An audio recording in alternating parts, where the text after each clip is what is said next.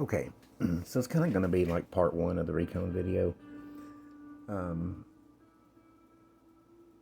in the last video, when I was talking about different things with subwoofers and stuff, at the end of that video, I told you I needed to put the push terminals in here first, and that I would show you why. And that I'd also got the landings clean and motor and basket, bolted back together and so forth.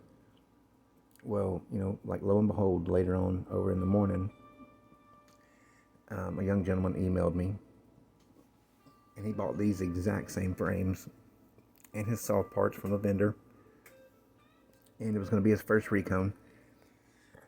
And so, he was doing a basket swap, and he wanted to go to the bigger spider landings, like 10-inch here. And he had already dry fit everything, and everything fit fine. But when I said that I needed to put these push terminals in first, he saw the issue, and that's why he had emailed me.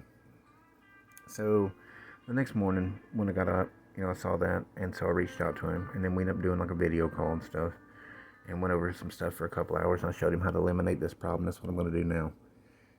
Like I said, he was kind of nervous. It was his first recone, so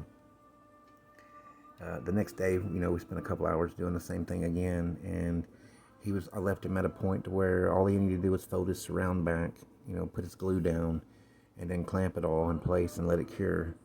And then he could go back and pull his shims out and put his dust cap on. It turned out really good. He took his time. So the reason I said I needed to put these on first, as you can see in this frame with the push terminals, they come into the spider landing a little bit.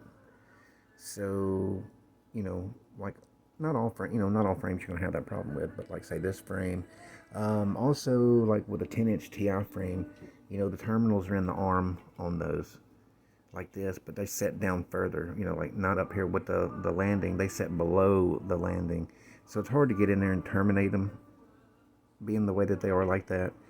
And also you may have to do this same thing here. So what you need to do is, like if you're using this frame, this goes back to dry fit and everything. And so I did this one real quick on the video with him. And what you do is put your push terminals in first, set your spider down, and like I said, it's not gonna sit flat here or over there.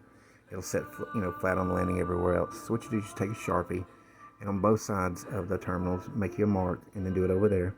Pull it back out, and then notch it out a little bit at a time, and then just slide it in place until it clears. Like I did it with a pair of side cutters real quick on the bit with him.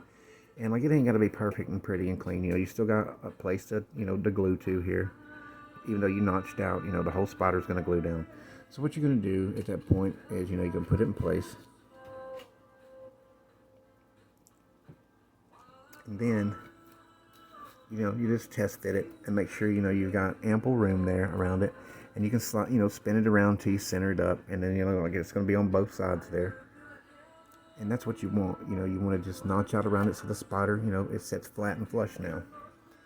And if you're using a spider adapter like the one that I 3D printed, what you want to do is, once your spider fits good, set your spider adapter on top of it, and then on each side of where you notched it out, once you set this on it, you can put a piece of masking tape on each side, and you can use like a Dremel tool or sandpaper or whatever. And I'm going to sand the whole thing, the tops and bottoms of it anyways.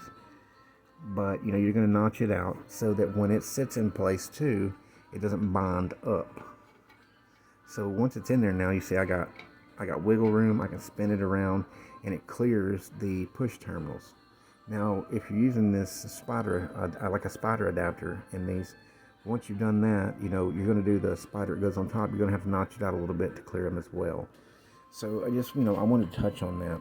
And like if you're using the 10-inch TI frame, like I said, it's kind of hard to get down in there and terminate, and you may have to notch them out too, like doing push terminals.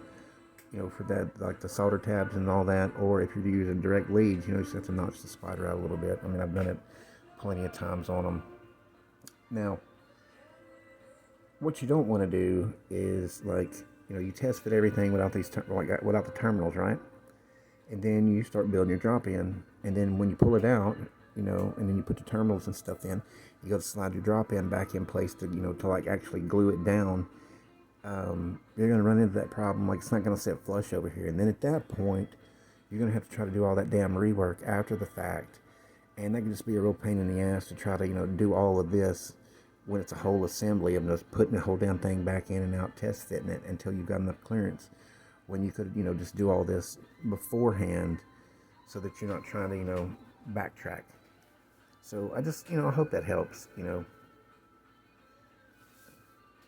It's just, avoiding issues, later on when, like I said, when you could have just addressed it at that point. So what I'm going to do now is just, pull all this out. I'm going to reset my coil and then start doing the videos of, like, in stages of reconing it, because I don't edit anything. So that's what I'm going to do next. Now this I don't do, I don't really do this, but I'm going to give a shout out to, like, Annihilation Industries. You guys should go over and check his channel out. It's Annihilation Industries. He does, all kinds of audio, not just car audio, but he's really, really good with woodworking and stuff. He's, I think he just did, I think an older XFL 15. He just did a rebuild on it, and he actually did some machine work and stuff on it. So you guys should check it out. It turned out really good. Everything he does turns out really nice, and so, I think you guys should go check his channel out. I'm sure you'll enjoy it. But anyways, I'll end this video, and I'll start doing the recone video. So I'll see you next time.